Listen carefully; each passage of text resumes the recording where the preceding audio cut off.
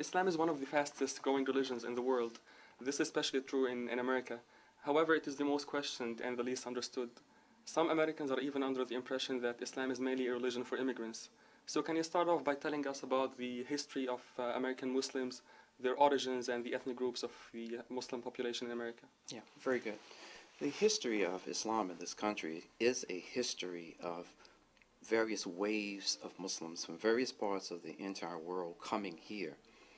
The United States is a nation of immigrants, and the Muslim population started walking upon the North American continent as early as 889 of the Common Era. It is evidence that in 889, Kashkash ibn Sa'id from Iberia, from the Andalus, the Spanish peninsula, actually came to the United States and traveled back to Al-Andalus. He was a Moor, and of course, Islam dominated the Iberian Peninsula for over 800 years. We also find that in the 1300s, as early as 1310, that a West African Muslim king by the name of Abu Bakr I traveled with over 2,000 ships and thousands of men to the landing in South and Central America. And there's evidence that their excursion took them as far north as Canada. There's evidence that there are cave writings in California and Arizona about how these Muslims traded with the Native Americans and intermarried with the Native Americans and actually became absorbed in many instances with these Native American tribes. There are over 565 cities, towns, and villages across the United States that have names of Islamic or Arabic origin.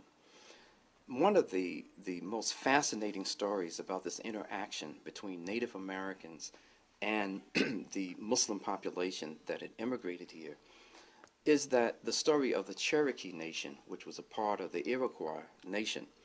And the Cherokees in North Carolina, South Carolina, and parts of Georgia, until the 1832, actually wore full Islamic garb. The men wore turbans with a feather on it. The women wore long dresses. In 1867, there was a treaty that was signed by Muhammad ibn Abdullah, and this was a treaty of peace and friendship between the United States government, 1887, I'm sorry, the United States government and the Cherokee Nation. Throughout the history, the colonial history of this country, there's evidence, like with the advent of so many Muslims from West Africa coming into this country, there's evidence that Turkish and Mandinka African names and places were introduced into the Algonquin and Tuscarora and other Native American tribes. The Seminole tribe is also a very interesting phenomena with this interaction with African Muslims by the way of the dress of the Muslim, of the natives, as well as the practices of not eating pork and these kinds of things. I also want to point out that from the period of the transatlantic slave trade, at least 1 out of every 3 Africans who were brought into the Western Hemisphere, and particularly in the United States, were Muslim. And this has a long documentation, even in the mass media and popular culture. There is some evidence of this, but it's a very well kept and even suppressed bit and page of American history. You find that in movies, the miniseries that appeared in television in the 1980s here in the States called Roots, it was the story about an African Muslim by the name of Kunta Kinte, who maintained his practice of Islam throughout his ordeal as a slave in this country. Steven Spielberg in 1997 made a movie called The Amistad, and it captured the essence of a takeover of a slave ship by West Africans,